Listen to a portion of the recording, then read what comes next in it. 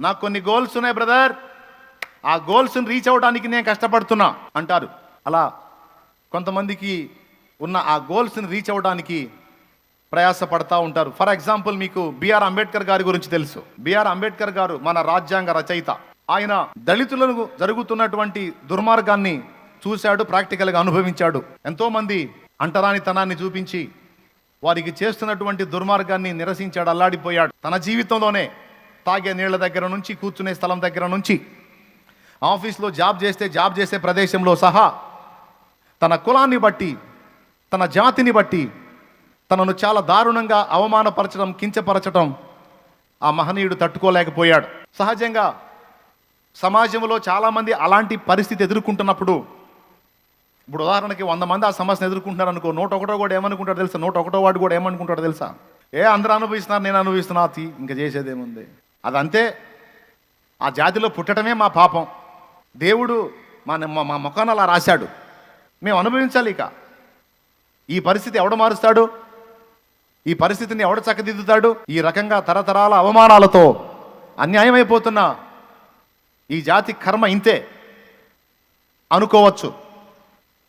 మరి ఇప్పుడు 1,00,000 మంది ఆ బాధ అనుభవిస్తుంటే 1,01 వాడు కూడా ఖచ్చితంగా అదే అనుకుంటాడు. ఇంతమంది అనుభవిస్తున్నప్పుడు మనం ఒక లెక్క ఏముంది అని దులిపేసుకొని వెళ్ళిపోతాడు. కానీ అంబేద్కర్ అలా రాజీ పడలా.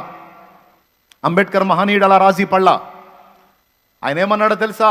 నా జాతి మొత్తం దీని విషయంలో ఆలోచన చేయకపోయినా నేనన్నా దీని గురించి ఆలోచన చేయాలి. ఈ అవమానాన్ని నేను తట్టుకోలేను, ఈ అన్యాయాన్ని నేను సహించలేను. నా బ్రతుకు మొత్తాన్ని పణంగా పెట్టైనా సరే, నా జీవితాన్ని అంకితం చేసైనా సరే, నా జాతికి ఈ అవమానాల పరిస్థితి నుంచి విముక్తి కలిగించాలి.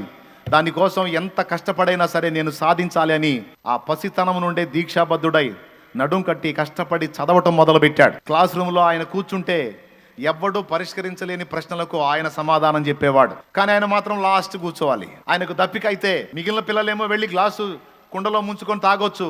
కానీ ఆయనకు దప్పిక అయితే ఆయన కుండ దగ్గరకు దూరంగా వెళ్ళి నిలబడి నీళ్ళని చెప్పాలి. అప్పుడు కాడగంట ఉంటుంది, కాడగంట సాంబారు గంట అంటారు, ఐడియా ఉందా? పాపం అందరి పిల్లల్లో ఆయన ఒక పిల్లోడు. ఎవరూ చెప్పలేని లెక్కలు ఆయన చెప్తాడు, ఎవరు ఆన్సర్ ఇవ్వలేని ప్రశ్నలకు ఆయన ఆన్సర్ ఇస్తాడు. Class first. కానీ తాగే నీళ్లను కూడా ఆయన తాగనిలా. మిగిలిన పిల్లలందరూ వెళ్ళి తాగుతున్నారు, నన్ను ఎందుకు తాగనియరు మాస్టర్ అంటే, అరే నువ్వు అంటరాని జాతిలో పుట్టావు. ఒకసారి వెళ్ళి ఆయన అలాగ తీసుకున్నందుకు సారు కొడతాడు. నీకు దప్పికైతే నన్ను అడగాలి, నేను వచ్చి పోస్తాను. దోశలు పట్టుకుంటే ఆ కాడగంట తీసుకొని ఆ దోశట్లో పోస్తే తాగుతాడు. పోయే దారిలో ఒక చోట మంచినీళ్ళు అవుతాయి ఆయనకి. మంచినీళ్ళు అయినప్పుడు ఒక బావి ఉంటుంది, దిగుడు బావి లాంటిది, అందులోనికి వెళ్ళి తాగుతాడు. పాపం నీళ్లు తాగుతాడు. నీళ్లు తాగినందుకు ఆ బావి మలినమైపోయిందని అతన్ని కొట్టి, అంబేద్కర్ గారిని కొట్టి ఆ బావిని పరిశుద్ధపరచడానికి కొన్ని కార్యక్రమాలు చేస్తారు. ఎందుకు? దళితుడు నీళ్లు తాగాడని. అంటరాని వాడు ఆ నీళ్లు ముట్టాడు, నీళ్ళు అపవిత్రమైపోయినాయి అని. ఎంత దుర్మార్గమో చూడండి.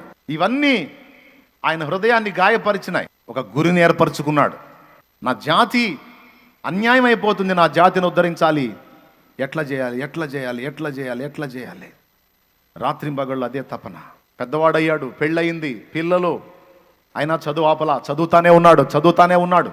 కొంతమంది కొన్ని విషయాల్లో దీక్ష బోనుతారు కానీ చెంచలులు, పట్టుబడతారు కానీ చెంచలులు, స్థిరం లేనోళ్ళు ఏదో సాధించాలని కలలుగంటారు, ఏవో ఆశయాలు కలిగి ఉంటారు, కానీ 4 రోజుల్లో వదిలేస్తారు. కొన్ని ప్రతికూలతలు ఎదురుగానే అబ్బో ఏదో చేద్దాం అనుకున్నా, అబ్బో మన వల్ల అయ్యేటట్లేదు, అబ్బో ఇది మన కష్టమయ్యేటట్టుందని వెధవతనంతో రోషాన్ని పక్కన పెట్టి ఛాలెంజ్లు విరమించుకొని తోక ముడిచి పారిపోతారు పిరికి పందలు, దద్దమ్మలు. కానీ ఆయన అలా లేడు. ఏ పట్టు ఏదైనా సరే అన్నిటినీ అధిగమించేది అక్షర జ్ఞానం. కాబట్టి సమాజాన్ని శాసించాలన్నా, ఏన్ని శాసించాలన్నా ఎవ్వడు చదవనంత చదువు నేను చదవాలి. నన్నెవడు అందుకోకూడదు, నన్నెవడు రీచ్ కాకూడదు, నా అంతస్తుకు చేరాలంటే వాడి వల్ల కాకూడదు. అలాంటి ఉన్నతమైనటువంటి ప్లేస్లో నేను ఉండాలి. మనాళ్ళు ఒక దేశానికి పోయారంట, రాజ్యాంగ రచన కోసం, కొన్ని సలహాల కోసం. ఆ దేశంలో ఉన్న నాయకుడు చెప్పాడంట, ప్రపంచ మేధావిని మీ దేశంలో పెట్టుకుని నా దగ్గరికి వచ్చారేమని. అంబేద్కర్ గారి గురించి మాకు సలహాలు ఇచ్చినోడు మీ దగ్గర పెట్టుకొని మాకు గైడెన్స్ ఇచ్చిన వాడిని మీ దగ్గర పెట్టుకొని మీరు మా దగ్గరకు వచ్చారేంది అన్నాడు. అంటే వాళ్ళు కూడా ఆయన సలహా పొందారు. ఆ రేంజ్కి వెళ్ళిపోయాడు. చదువుతున్నాడు, విదేశాల్లో చదువుతున్నాడు. భార్య డబ్బులు పంపిస్తుంది, భార్య కష్టపడి పనిచేసి డబ్బులు పంపిస్తుంది. బాగా వినండి, ఏదైనా భూమి మీద మనం పుట్టాము, బ్రతుకుతున్నాము, జీవితంలో మనుగడ సాగిస్తున్నామంటే ఒక రోషం, ఒక పట్టుదల, ఒక గురి, ఒక భారం, ఒక దర్శనం, ఒక గమ్యం. ఆడ మనిషికైనా మగవాడికైనా ఆ గురిని పెట్టుకొని బ్రతకాలి. భౌతికంగా కొన్ని గురులు, ఆధ్యాత్మికంగా కూడా కొన్ని గురులు మనం కలిగి ఉండొచ్చు. ముఖ్యంగా నేను ఫస్ట్ భౌతికమైన వాటి గురించి మాట్లాడుతున్నాను. భౌతికమైందంటే ఈ సమాజానికి సంబంధించిన భూ సంబంధమైన దాని గురించి మాట్లాడుతున్నాను. అందుకు ఒక వ్యక్తిని మీకు సాక్ష్యంగా చూపిస్తున్నాను. మీరు చదివినా, ఆయన స్టోరీస్ తెచ్చుకొని చదివినా మీకు ఈ సంగతులు బోధపడతాయి.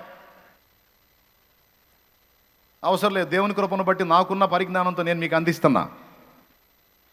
చదివి భార్య ఇక్కడ నుండి పని చేసి ఆయనకు డబ్బులు పంపిస్తే ఆయన దాన్ని బట్టి పెట్టుకొని తిని చదవటం మొదలు పెట్టాడు. కొన్నిసార్లు భార్యకు లెటర్ రాసినప్పుడు భార్య చెప్పింది, ఇక్కడ పరిస్థితులు ఏం బాగలేవు, పిల్లలకు బాగలేదు అని. ఒకసారి అవసరమైంది, మనీ పంపించమని రాశాడు. ఆమె ఏం చెప్పిందో తెలుసా? అబ్బాయికి బాగలేదు, ప్రాణాపాయంలో ఉన్నాడు, నువ్వు ఎంతమైతే పంపమన్నావో అంత వాడికి ఖర్చు అవుతుంది, వాడికి ఆ డబ్బులు పెట్టకపోతే వాడు బ్రతకడు, మరి వాడికి పెట్టమంటావా నీకు పంపమంటావా? ఆయన ఏమన్నాడో తెలుసా? పోతే నా బిడ్డ పోతాడు, కానీ నేను చదువు ఆగిపితే నా జాతి అంతే ఉంటుంది.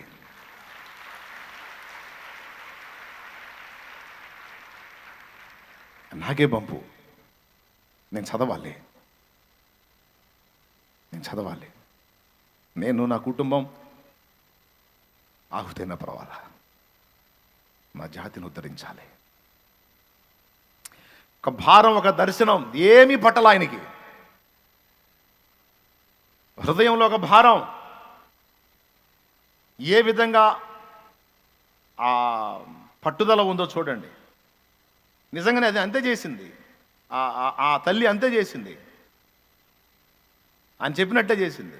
బిడ్డ చచ్చిపోయాడు, ఏం చేయాలి? అలా వరుసగా సమస్తాన్ని కోల్పోతూ దారుణమైనటువంటి ఇబ్బందుల్ని కొనసాగిస్తూ చివరికి ఎట్టకేలకు రాజ్యాంగ రచయితగా అంబేద్కర్ తప్ప ఇంకొకడు లేడు అనిపించుకునే స్థాయికి ఎదిగాడు. ఆయనకే అవకాశం ఇవ్వాల్సి వచ్చింది. గత్యంతరం లేక, ఇక అంత తోడు లేక ప్రపంచ మేధావి అని ప్రసిద్ధిగాంచాడు.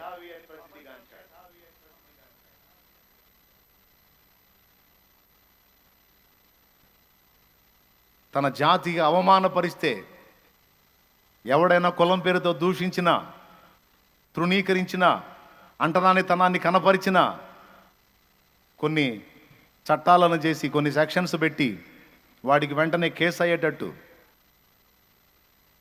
ఎస్సీ ఎస్టీ అట్రాసిటీ, కులం పేరుతో దూషించిన, నిందించిన మొత్తాన్ని ఎక్కడెక్కడ ఇరికిచ్చాడు.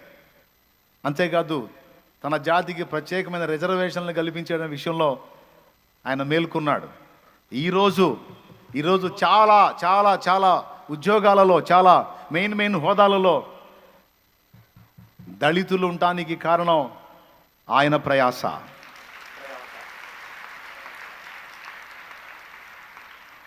మీరు గమనించండి, ఈరోజు దళిత సమాజాల్లో దేవుని కృపను బట్టి రెండు ఉంటాయి. ఒకటి చర్చి ఉంటుంది, రెండవది అంబేద్కర్ మహనీయుని విగ్రహం ఉంటుంది. దారి చూపుతున్నట్టు, వేలు చూపించి దారి చూపుతున్నట్టుగా ఈరోజు తల ఎత్తుకొని తిరిగి కులం పేరుతో గర్వించే వాళ్ళ ముందు కుర్చీలో కూర్చొని వాళ్ళకి ఆజ్ఞ జారీ చేసేటువంటి స్థాయిని నాడు తన వాళ్ళు పొందారు అంటే అది ఆయన కష్టం, ఆయన త్యాగం, ఆయన ప్రయాస, ఆయన బ్రతుకును సమర్పించుకున్న తీరు. ఏమండి, ఎప్పుడైతే ఒక దర్శనాన్ని దృష్టిలో పెట్టుకొని మనం కష్టపడతామో, ప్రయాసపడతామో, ఇంకా ఏవి మనల్ని గెలవలేవు. ఏవైనా ఎవరిని గెలుస్తాయో తెలుసా? ఏ దర్శనం లేనోడిని, ఏ గురి గమ్యం లేనోడిని, ఏ భారం లేనోడిని, ఏ ఛాలెంజ్ తీసుకోనోడిని లోకం ఆట ఆడుకుంటుంది. ఆకర్షణలు ఆట ఆడుకుంటాయి. పిచ్చుకొక్క తిరిగినట్టు తిరుగుతుంటాడు, అటు పడితే అటు, ఇటు పడితే ఇటు. గురి లేని బతుకులు ఏముంది? ఒక దర్శనం లేని జీవితాలు ఏముంది? ఒక కర్తవ్యం, కార్యదీక్ష, నేను ఇది సాధించాలనే పట్టుదల లేని బతుకులకు అర్థమేముంది? పిచ్చికొక్కలు తిరిగినట్టు తిరుగుతూ ఉంటారు, అటు ఇటు అటు ఇటు అటు ఇటు. చివరికి శూన్యంగా మిగిలిపోతారు. ఎంతమందికి అర్థమవుతుంది నేను చెప్పేది? ఎటు పడితే అటు నడిపించబడతా ఉంటారండి. కానీ గురి కలిగిన వాళ్ళు, ఒక భారం కలిగిన వాళ్ళు, ఒక దర్శనం కలిగిన వాళ్ళు ఎన్ని చుట్టుముట్టిన లెక్క చేయరు. ఎందుకంటే అనుకున్నది సాధించాలి అంటే ఇక అదొక్కటే తప్ప ఇంకేం కనపడవు. ఇక ఆకర్షణలన్నీ బ్లర్ అయిపోతాయి.